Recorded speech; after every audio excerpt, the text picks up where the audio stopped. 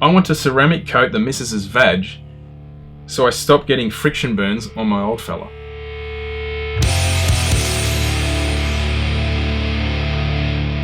So in our last episode, it was a while, I don't know, maybe 6 weeks at least, between eps. We've had a lot of people asking to do more eps, so we're going to try and do these more often, yeah. These more often, time depending obviously, but we'll make more of an effort to get something out. Where do we start? Last episode, we were looking at this crazy lady who was filming on the track. I don't know, where was she? Like 300 feet down, I think. Oh, I don't know if she's that far down, but she was far enough. Yeah, she was far enough that the cars obviously were getting a lot of speed.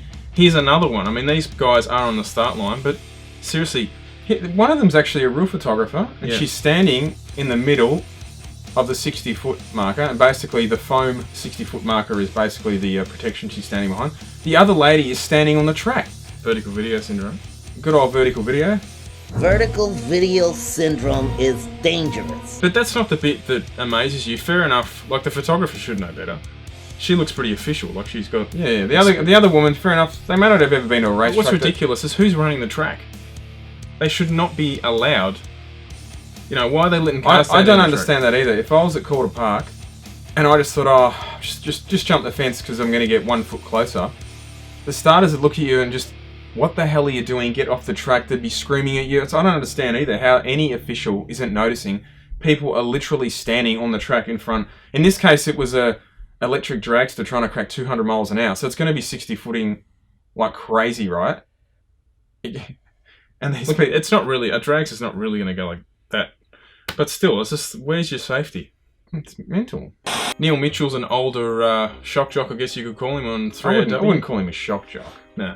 Talkback radio, which really is just the pensioner brigade ringing in, complaining about everything and anything. But anyway, he doesn't like the fact that Vic roads have got Japanese, I guess you could call them Japanese number plates. They're like Japanese themed number plates, and so they've got a bit of Japanese writing on them, and I don't understand why this is even a story. Well, they're made to fit, you know, an import Japanese car and Australian number plates generally too wide. So they're more of a square shape, so they fit. But anyway, they're just a novelty. People put them on Japanese cars, but he's got a real boner for this. Doesn't like it. Says, why are we promoting Japan? We should be promoting Victoria. Like, really, who gives a shit what's written on a number plate? It's a number plate. It's a number plate. Like, but anyway, some good comments on this one. Naming Neil Mitchell for this year's Walkie Awards for this excellent piece of investigative journalism. This one's not so nice. Some colourful language. Poor old Wait till he realises we have Euro plates, USA plates, Chinese of the Year plates, Mustang plates. We've got AFL plates too. I think there's one for a kitten as well. Or are they fine because they have English on them? Dumb old has never had some tight JDM. I listened to this station the other day when I was in someone else's car. It was literally pensioners struggling to string together sentences about how their power had gone out. And the power company told them it would be hours before it was back on. Nothing but old people whinging. Well, we've given everything else away. About time someone asking questions about these plates. This is the same as our power companies being bought by overseas interests. The Japanese number plates. You know, one thing that people don't even think about is the actual historic plates. You know, like the low numbered ones, like whether it's number 12 or 112. They're all being bought by overseas people. Yes, yeah, I've heard that too. Yeah, Chinese money. Because as far as I am aware, I could have this wrong, on number plates there's no capital gains tax. Oh, really? So it's a better investment than real estate. So as far as I'm aware, I think this is correct. You could buy a plate today for 100 grand and sell it next year for 150 grand, and that's 50 grand clean profit. I've never actually understood the huge attraction to a number plate that just has like 89. It's like... Yeah, but that's why they're buying. They're buying them as an investment. It's got nothing to do with but how people are buying them, like it's so prestige, and you think, it's a number. Like I don't see. Yeah, you've dismissed the point. That's why they're buying them. They're an investment. Then sell them, make money. But where's the value in it? That's what I'm saying. It's a number plate. Where's the value in stocks? Yeah, I mean, I guess it's a physical thing at least. I don't get the European plates they sell in Australia. They're like, the number plate is actually about that big. They're humongous. They look crap. Yeah. That's one I don't... Yeah, so what? You drive a Golf GTI. You don't have to put a Euro number plate on it. Should be V. You know how they all have V? V, fart. Bag. Fart. Should say fart on the back. But there's still more. With so many bogans driving around these days with suspended licenses and unregistered vehicles, we should just be pleased these people with their Japanese plates are actually paying for rego. Because generally most bogans drive Japanese cars. No, mate, they drive Alice's. And why do people who have suspended licenses bogans? Oh yeah, nah. I don't know. What about good old Cheryl in HR that's 50 and gets on the terps every week? She's lost her license, she's driving around. You know, they're the kind of people you see in the liquor store with a trolley, and there's about 25 bottles of white wine. Riesling. I swear to God, this morning I was driving here and there was a bloke driving an AU Falcon with just killer, all the clear coat was flaking off the bonnet. I swear at the lights he pulled out a hip flask and had a sip. It's like 10 in the morning. I'm looking, I'm going, I just took off. I'm not getting anywhere near this bloke. They are designed to fit imported Japanese cars as the same as American-sized plates for American cars and Euro plates for European cars. Australian plates have got to be bent to fit these cars. Go find some real news. What cars is he talking about? What do you mean? Well, the only cars I've seen that the Aussie plate is bent is generally old cars. No, they're actual imported Japanese cars. Because obviously any Japanese car that is sold in Australia, the bumper bar is different, yeah. Different to fit an Australian plate. Or, yeah, that's the only plates that they have to be bent are on the older imported cars. At the end of the day, this is a complete non-story. I know. It's one of the state's biggest drug busts and for police, one of the easiest.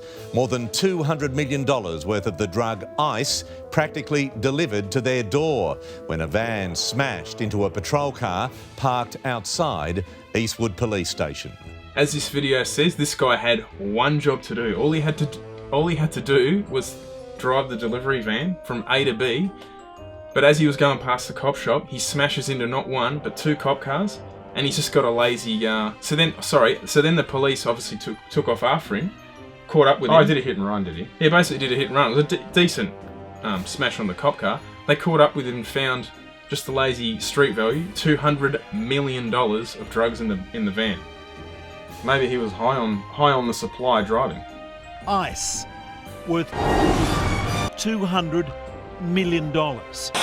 Petrol drive-offs are costing retailers more than $50 million a year. Now, if there's ever a more preventable offence, and it used to be this way, than people stealing petrol, if you go, say, to the United States, generally you have to go and pay for a minimum. You do, yep. You have to go in and buy it, generally, before you allow to fill the car up. Which makes total sense. What other place can you walk in and take your merchandise and then you pay for it? In terms of you've already got it. Do you know what I mean? You can't leave the store. Like, look at Petrol. You're filling up.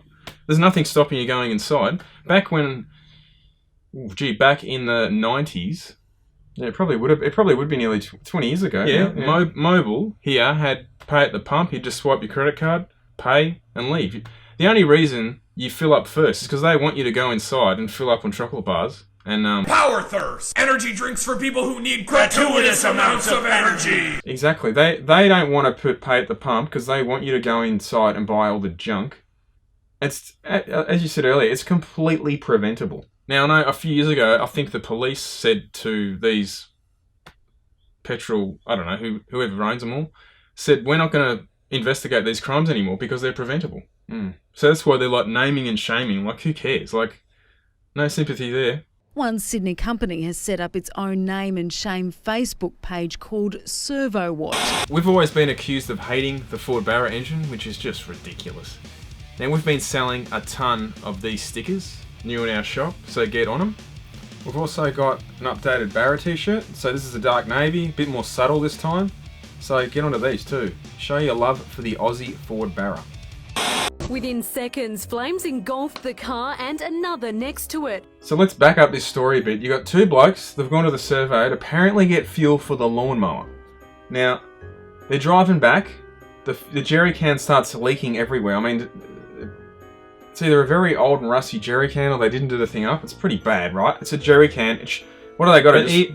Rolling around the car? Even if a jerry can isn't leaking, they stink. They stink, yes. If you put petrol in a container in any car, even if you got it in your boot, you can smell it. So it's the first thing you do. I'll light up a dart. Now, for people overseas and you don't know what the hell a dart is, it's just slang here for a cigarette. Flick the dart out. on the side of the street, and then landed on his lap, and he was like, oh shit, oh, and then got it all, and then landed on where his feet were, and then, yeah, pulled in. And Smoking kills, literally. Yeah, I know. So what's happened here? Apparently, the jerry cans leaked everywhere in the car. Now, if you didn't think there was an insane stench of petrol going through the car, you need to go and see an ENT doctor, mate, because your smell sensors are stuffed, right?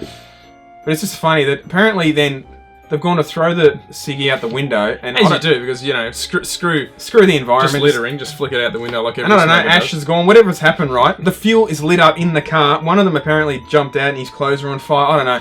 But just to make matters worse, instead of just pulling over on the side of the road, it's happened when they've pulled into the driveway. So not only have they pretty much burnt this car to the ground, it's serious damage to the other car. So they've affected 2 cars now.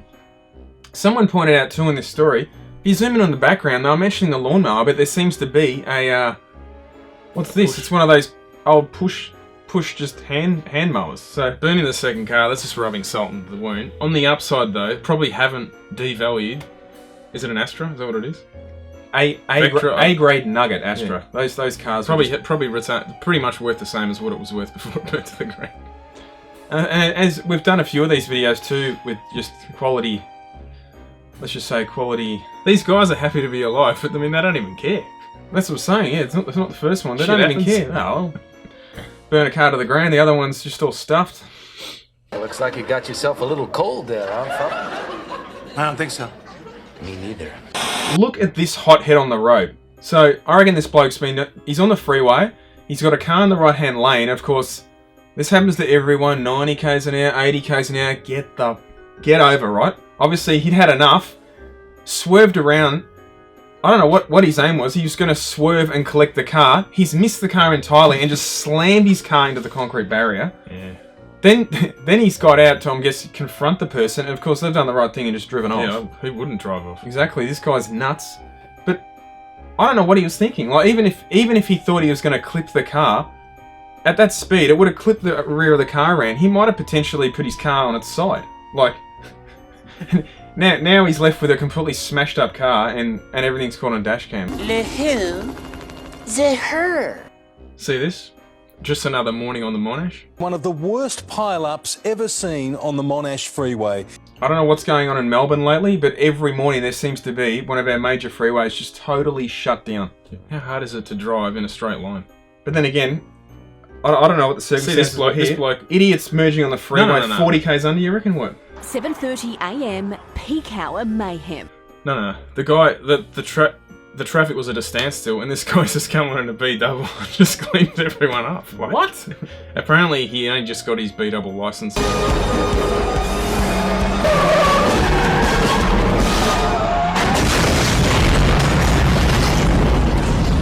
Didn't know where the brake pedal was? Who knows if he's new to the country, but was it one of those visa drivers? 457, is that what they're called? Apparently, it was 100% at fault. Like, these people, I think, were just typical Melbourne freeway parking lot, and he's just come in and just 10-pin bowled. A prime mover, a tradie's truck, and 6 cars crushed because a 62-ton B-double failed to stop. Look at the damage of the cars. This is where people talk about old cars are safer. My ass. Have a look at those cars. They're just crumpled like tin cans. They're designed to crumple though. But seriously, those cars are stuffed. If you're in like a cheap runaround, you'd be in a lot of trouble, you'd think. So I did a video a few weeks ago of the Dandy Engines XW making just a lazy 2700 odd horsepower tunnel vision.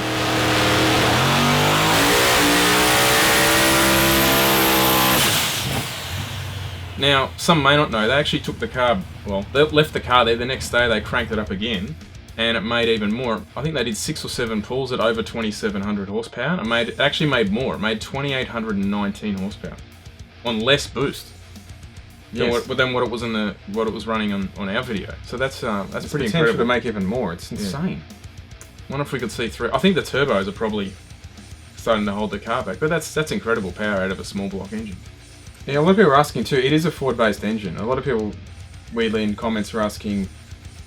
I was being a smartass and saying LS, and I don't think people kind of quite got my sarcasm. But anyway, It is a small block forward based engine. Conventional heads means they're basically a bolt-on head that'll go onto a OE block, I guess you could say. So they're water jacketed. They're not like a race No, head, they're not like a race head that's made for a race block.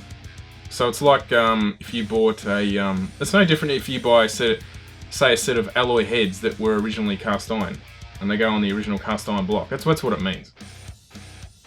So it's not a bespoke, even though yes, it technically is built for high horsepower applications. It's not a race engine in terms of like a purpose-built drag engine. And regarding Frank's video, I did like this comment from one of our regular viewers. So we have found the reason why California had their earthquakes. Frank was doing full power runs on the dyno here. Pretty creative. This is a cool video I saw last week. It's from Nelson Racing Engines. So people who follow NRE, he's always been pretty big on the internet with his V8 turbo, especially turbos. He's the one that does the mirror image. He's got a video here he built for a river race boat. It's obviously a small capacity LS based motor, so it's only a 4.2 litre. 4.2 thong slapper. 260 cuber. And obviously in a river endurance racing, they're doing long pulls on the water. It's not like you're just doing 10, 20 seconds. And so here they had to try and obviously simulate, hey, this motor's got to last. And they did a pull here that went for 5 minutes under load. The engine's pretty much just singing at 7,000 RPM for 5 minutes straight. It's funny in the video, they've put up PDF board in front of the dyno because he's basically saying in case all hell breaks loose, they've got to have some protection in there. But it's just a bit of a teaser. But yeah, it's not something you'd often see on the dyno, is it? No, and they even said, I didn't watch the full link, they even had a link to if you wanted to watch an unedited footage of it just running. If people start, oh, it's edited, it's always edited. But yeah, it's just a cool video. The little 4.2 litre LS. It's good to see you finally drove your car here. It's now on E85, your Lancer GSR. Oh, actually, is it a Lancer GSR? It is a Lancer GSR, but apparently a lot of people aren't agreeing with that. After the last video we did of you guys just updating the fuel system to put some E85 in it, but apparently it's not a Lancer GSR, apparently. Did you know that? No, because the engine isn't the original GSR motor. So for those who don't know, a GSR came out with a 4G93, which is a 1.8, and a lot of people understand the terminology of 4G63, which is a 2 litre, so it's basically just the baby brother of that engine. It is no different to like an EJ20 and an EJ25 Subaru. It's the same family of engine. But apparently that makes your car not a GSR. What should we call it now? We're going to have to change the whole name of the project. Project Faded Red Car. Pretty much. I don't understand Actually, either. We can't call it red because it's... I know the roof's been painted at some stage, so that's not factory paint. Oh yeah, it doesn't have factory wheels either. It doesn't actually look like a GSR either. It's got Evo bits on it, but it's funny if it's not a GSR and it's definitely not an Evo. Well, what is it then?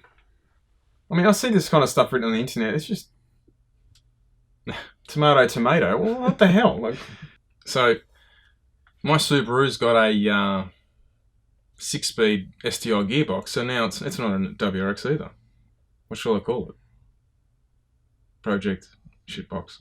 Project Lagfest. Yeah, but yeah, it's a Lancer GSR. It's not actually an Evo. Oh, it is an Evo though. The same thing. No, technically it's registered as a Lancer GSR. What's funny, this is my first proper drive on E85, and I'm just watching the fuel gauge. I'm like, got here, and it's under a quarter of a tank. I've got to quickly look up where's the United petrol stations.